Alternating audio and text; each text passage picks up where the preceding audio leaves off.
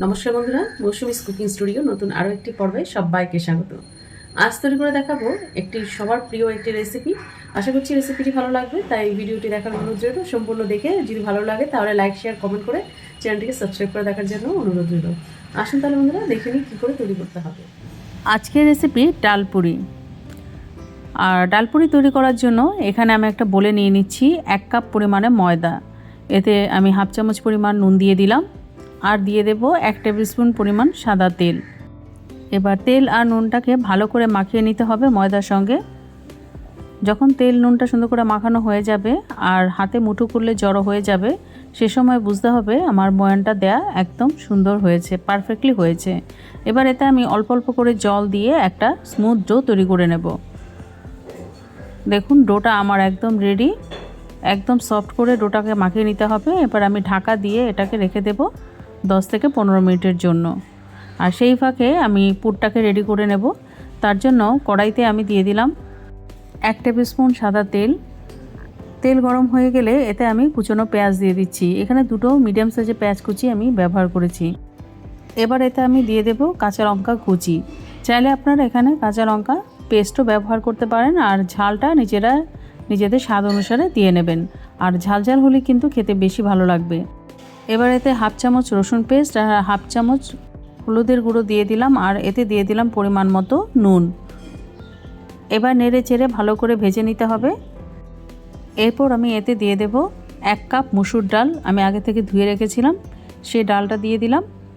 এবার নেড়ে চেড়ে ডালটাকে ভালো করে ভেজে নিতে হবে পেঁয়াজের সঙ্গে। খানিকক্ষণ ভেজে নিয়ে এবার এতে আমি পরিমাণ মতো জল দিয়ে দেব।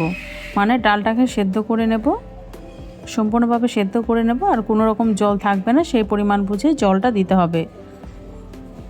ঢাকা দিয়ে সেদ্ধ করে নেব, এতে করে তাড়াতাড়ি সেদ্ধ হয়ে যাবে। 10 মিনিট পর দেখুন ডালটা সুন্দরভাবে সেদ্ধ হয়ে গিয়েছে, আর জলটাও খুব সুন্দরভাবে শুকিয়ে গিয়েছে। জল যদি না শুকিয়ে থাকে তাহলে একটু গ্যাসটাকে বাড়িয়ে দিয়ে জলটাকে সম্পূর্ণ শুকিয়ে নিতে হবে। এরপর নামানোর আগে 1 চামচ আদা পেস্ট আর বেশ খানিকটা পরিমাণ ফ্রেশ ধনেপাতা কুচি দিয়ে ভালো করে নেড়ে চেড়ে নামিয়ে নিতে হবে। দেখুন কড়ার গা থেকে ছেড়ে আসছে, তার মানে পুরটা আমার একদম রেডি। এবার নামিয়ে ওটাকে ঠান্ডা করে নিতে হবে। আর এখান থেকে আমি ময়দা থেকে লেচি কেটে নেব। দেখুন কয়েকটা লেচি আমি কেটে নিয়েছি। এবার এতে আমি পুরটাকে ভরে নেব, হাতের সাহায্যে একটু গোল করে নিয়েছি। এবার দেখুন এভাবে করে চেপে চেপে একটা বাটি শেপ দিয়ে নিতে হবে। এরকম বাটি শেপ দিয়ে নিয়ে পরিমাণ মতো পুর দিয়ে নিতে হবে।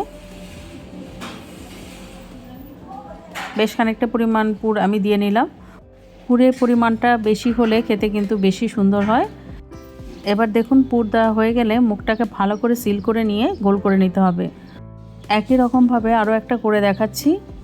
অবশ্যই করে মুখটাকে ভালো করে সিল করে নিতে হবে, নয়তো বা পুর বেরিয়ে যাবে বেলার সময়। তাই যতটা সম্ভব ভালো করে মুখটাকে সিল করে নিতে হবে। এই দেখুন আমি যেভাবে দেখাচ্ছি, এভাবে করে সব কটাতে আমি পুর ভরে নিচ্ছি। এবার বেলে নেব, তার জন্য বেলনিতে একটু তেল মাখিয়ে নিচ্ছি, আর যে জায়গাটাতে বেলবো সেই জায়গাটাতেও একটু তেল লাগিয়ে নিচ্ছি। এখানে কিন্তু তেল দিয়ে বেলতে হবে, ময়দার ব্যবহার করা চলবে না। এবার একটা লেচি নিয়ে এরকম উপর নিচ করে বেলে নিতে হবে, খুব সাবধানে খেয়াল রাখতে হবে পুরটা যেন বেরিয়ে না যায়।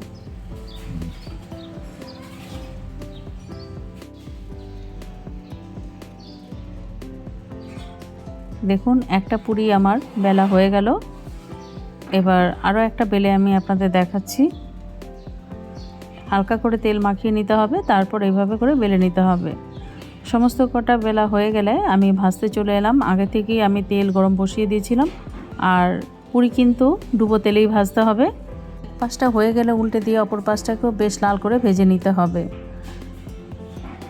আর এভাবে করে একে একে আমি সমস্ত পুরিগুলো ভেজে নেব। দেখলেন তো বন্ধুরা, কত সহজেই তৈরি হয়ে গেল গরম গরম ডাল পুরি। আজ তাহলে চলি, ধন্যবাদ।